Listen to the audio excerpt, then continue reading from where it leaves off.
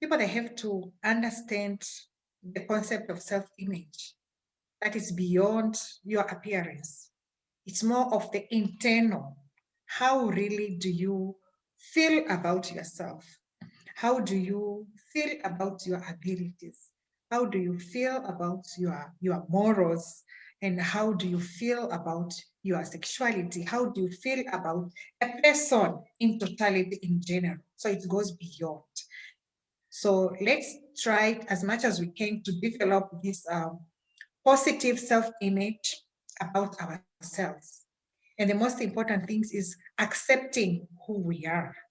Yeah. And know that you, however you feel you are, but the take-home message is you are unique. You are of your own. There is no one else in this world like you. Yes. Even if you try to copy or mimic to be someone else, you can never be. You are unique. So embrace who you are, love who you are.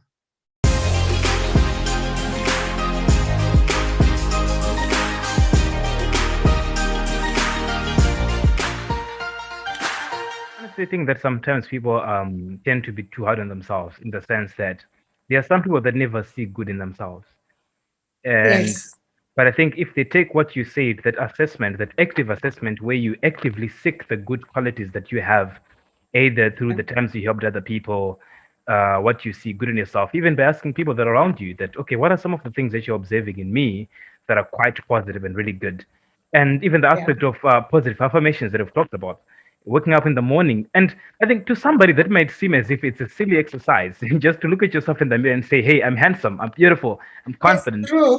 I mean, if you're being told that, it kind of looks stupid, even when you're doing it. But I feel like during the first days, I found it a bit weird. Just me by myself staring at the mirror and then telling myself all these things. But I feel like it on me personally, it had a very big impact. And I still do it even up to now. I do it not on daily basis, but I try by almost to do it on daily basis because it has power in itself. Just that by doing. So thank you very much for bringing that Mm. up. And even that aspect of the relationship themselves, that many people they can be very good at treating other people, very good in showing compassion to other people, very good at being kind to other people, but they fail to be kind to themselves, Mm. which I think is quite a big, has a big effect on us as individuals. How about somebody whose self Yes. image has been affected by the experience? You have given us a glimpse into that of how maybe somebody was raised up.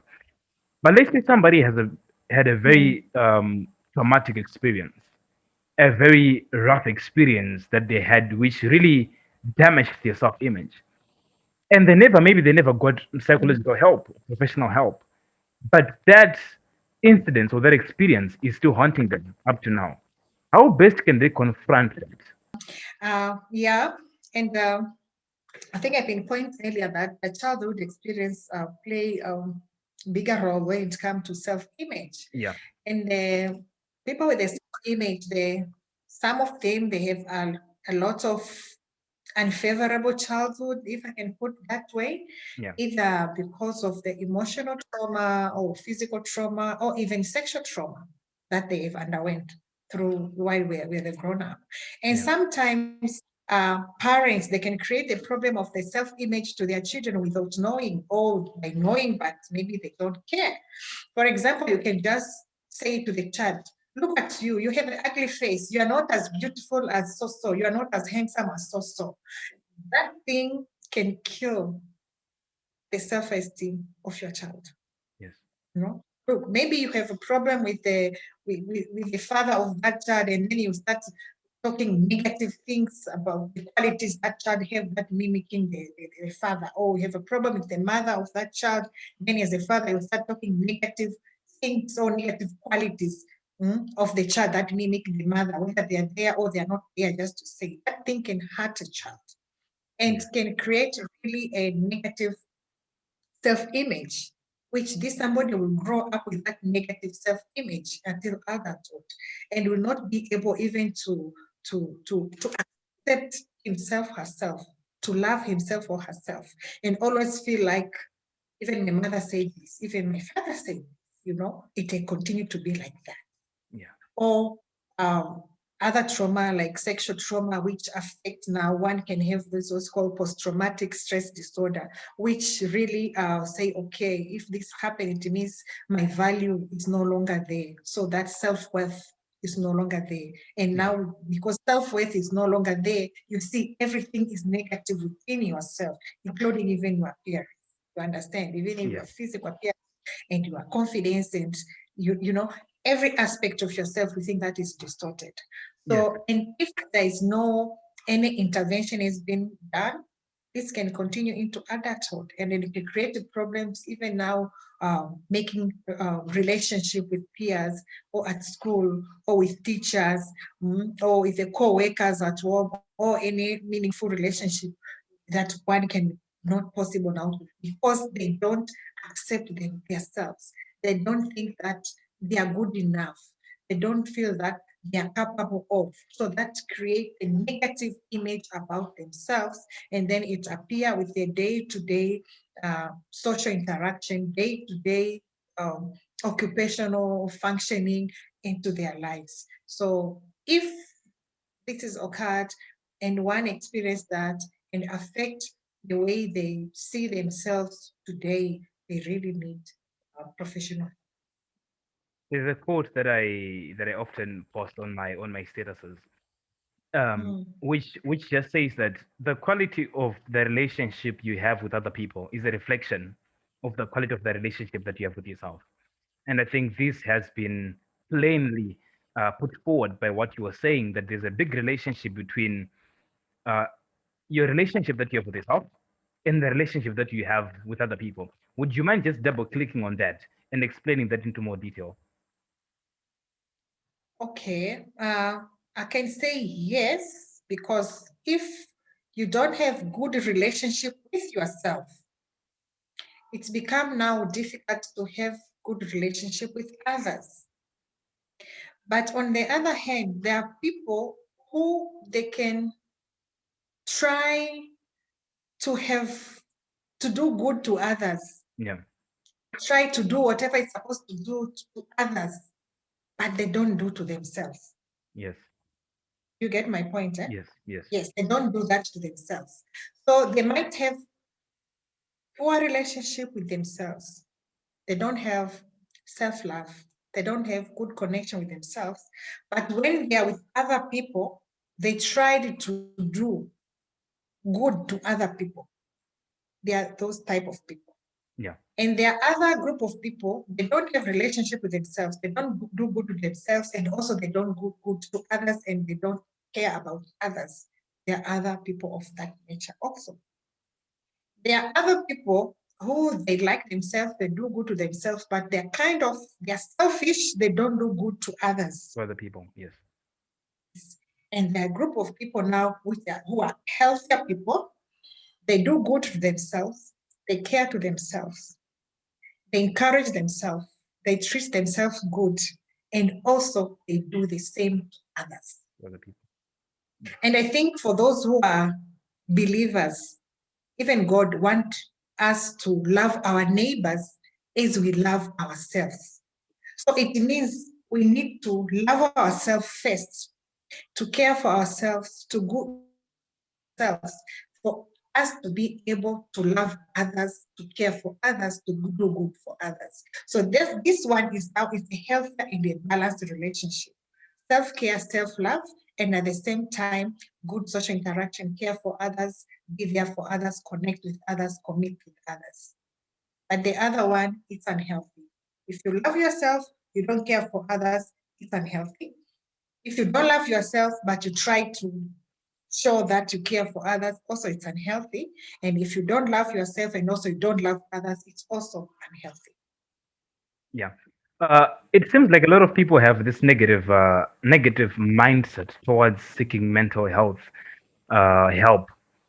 I've come across many people because people have this kind of perception that when you go to seek professional help, there is, of course, there will be something wrong with you, but they have more like a stereotype and think that people that go to seek for professional help of that sort, especially when it comes to the mental issues, they think these people are something's wrong up this. You know what I mean? Like something is like definitely wrong, and but from my understanding, and I would want you to add what you think about it, and if you can correct me if I'm wrong. But I think going to seek professional help does not necessarily mean that something's wrong upstairs. It's very true. And what I can relate that it's more of the stigma that it's Yeah. there when it comes to mental health. And because of this stigma, people are suffering as they cannot go and seek mental health help or assistance because the stigma is connected that if you go or you seek for help or assistance, it means that you are crazy, you are mad, Yeah. or whatever other words you can use. And because of that connectivity, now people they kind of scared to go and seek professional help. At the end of the day, they keep on suffering and they create other mental health complications. For example, if someone have they got a negative self-image, if this someone cannot correct, try to correct by himself or herself to the rich extent that they need professional help. And if they don't seek that professional help, it means that they can other mental health consequences of the poor self-image, including depression, including what we call uh, they can develop maybe eating disorders because maybe they feel their body is very fat and then they have they can have this thin, whatever good looking body, whatever they believe in their mind, and any not more of other complications. So they commonly they can suffer from depression. It can also affect their interpersonal relationship, their occupational, their academic performance. They can suffer from eating disorders, which there are various types of eating disorder, which they can affect their mental well-being and their physical well-being. And if it's complicated enough, can even lead to death because of that. And also they can suffer from what we call this is called body dysmorphic disorder, and they can subject themselves with a various intensive like constructive surgeries or plastic surgeries to correct part of their body because they don't believe that it's okay, it's fine, they're not okay with their appearance. They can have a lot of mental health consequences because of that, and because they are afraid of seeking mental health uh, professional help to assist them to deal with their negative image. But partly also, apart from stigma, is now awareness of the mental health issues. Most of the people, they believe, especially in our African continent, they believe now mental illness is about bewitching, it's about being possessed, it's about being cursed. So when they have mental health issues, maybe I can go to the witch doctors, I can go for what, I can cast the demons. So there's a lot of issues when it comes out to mental health, especially in our continent. Yeah. Some of the developed countries where the mental health issues, the awareness is higher, one can just say, no, I have appointment with my psychiatrist, I have appointment with my psychologist, you know. But Yeah. in our culture, somehow it's easier to say, I have appointment with my physician, I have appointment with my surgeon, gynecologist, but don't say I have an appointment with a psychiatrist, psychologist, because I will look like a mad person. So a lot of people, they suffer inside, Yeah. step by step, when it's reached out, it's blown out, full Yeah. blown of madness, or they can even end up committing suicide. But the things that they can be prevented in earlier by seeking mental health help as earlier as possible. Well, I think that's very true, and I've loved the fact that you've highlighted, especially in our African culture, that it seems like mental health has not really been fully embraced by many people, and they still have that negative stigma towards it. They believe that something's really wrong. Like what you said, if they're really suffering from those things, maybe some of the things are just the consequences of poor self-image, and automatically Yes, they start thinking that maybe it's because of the spirits that are in the family, it's because of relatives maybe that are bewitching them, and they want to go to prophets so that they can get anointing oils and all these kind of things, which I really think we need to embrace it and understand that these are some of the effects, and I think we need to put much effort on that. But otherwise, besides that, from your experience and the things that you've observed from working with hundreds and hundreds of clients and hundreds of people, what would be your last words that maybe we did not really dive into it when we're discussing, when having this conversation. What would be your advice in relation to self-image to the viewers? People, they have to understand the concept of self-image. That is beyond your appearance. It's more of the internal. How really do you feel about yourself? How do you feel about your abilities? How do you feel about your morals? And how do you feel about your sexuality? How do you feel about a person in totality in general? So it goes beyond. So let's try as much as we can to develop this positive self-image about ourselves. And the most important thing is accepting who we are. Yeah. And know that you, however you feel you are, but the take-home message is you are unique. You are of your own. There is no one else in this world like you. Yes. Even if you try to copy or mimic to be someone else, you can never be. You are unique. So embrace who you are, love who you are. And the other thing, don't compete with Yeah. others. Compete with yourself Yes. always. Yes. Try to figure out, what can I do to improve myself? What Yes. can I do to make myself feel better?